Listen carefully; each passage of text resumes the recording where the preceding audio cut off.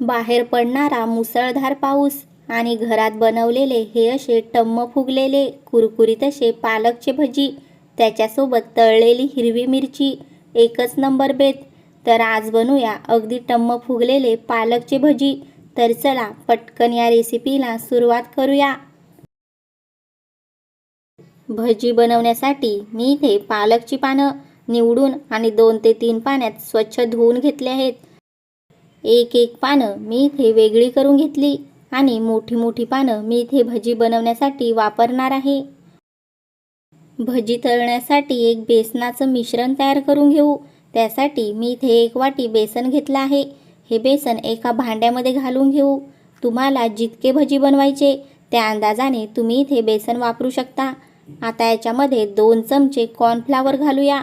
कॉर्नफ्लॉवरऐवजी तुम्ही तांदळाचं पीठ देखील वापरू शकता.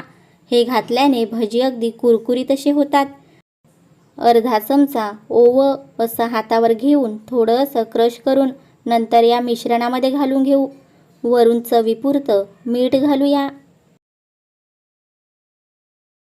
अर्धा चमचा हळदी पावडर घालू आणि 1 चमचा लाल तिखट मसाला घालून घेऊ. लाल तिखट तुम्ही आवडीनुसार कमी जास्त करू शकता. सगळं चांगलं मिक्स करून घेऊया. वरून थोडं पाणी घालून जाडसर असं मिश्रण तयार करून घेऊ. पाणी सगळं एकदाच घालायचं नाही, थोडं पाणी घालायचं, जेणेकरून आपल्याला पाण्याचा अंदाज येतो आणि मिश्रण एकदम योग्य होतं. तर पहा इथे मिश्रण बनवून तयार झालं आहे. इतपत पातळ आपल्याला मिश्रण बनवून घ्यायचं आहे. आता गॅसवरती मी इकडे तेलही गरम करत ठेवलं आहे. तेल चांगलं गरम करून घेऊ.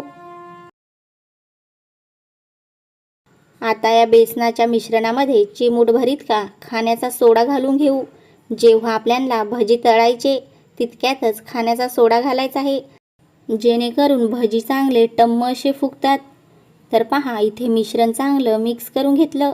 आता अशा प्रकारे एक पालकचं पान घ्यायचं आणि या बेसनाच्या मिश्रणामध्ये दोन्ही साईडनी चांगलं असं बुडवून घ्यायचं. तुम्ही इथे बघू शकता व्हिडिओमध्ये दाखवल्याप्रमाणे. तेल ही इकडे आपलं कडकडीत असं गरम झालं आहे. मी गॅस इथे मीडियम फ्लेमवरती ठेवला आहे. आता एक करून हे पालकचे भजी तेलामध्ये सोडून घेऊ आणि दोन्ही साईडनी अगदी खमंग कुरकुरीत होईपर्यंत तळून घेऊ. तर पहा भजी कसे टम्म फुगायला लागले आहेत. तुम्ही इथे बघू शकता किती टम्म असे हे भजी फुगलेले आहेत. जर या पद्धतीने तुम्ही पालकचे भजी बनवले तर सगळेच पालकचे भजी असे टम्म फुगतील आणि कुरकुरीत देखील होतील. दोन्ही साईडनी हे भजी चांगले असे तळून घेऊ.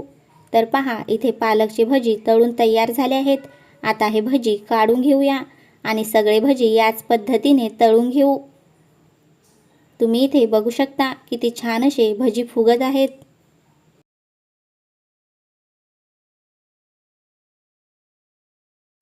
तर पहा सगळे भजी मी इथे तळून घेतले आहेत आणि सगळे भजी किती टम्म असे फुगलेले देखील आहेत. तर तुम्हाला माझी ही रेसिपी कशी वाटली मला नक्की कमेंट करून सांगा. आणि जर तुम्हाला माझी ही रेसिपी आवडली असेल तर नक्की माझ्या चॅनलला सबस्क्राईब करा आणि बेल आयकन दाबायला विसरू नका, जेणेकरून अशाच माझ्या नवीन रेसिपींचे नोटिफिकेशन तुम्हाला मिळत राहतील.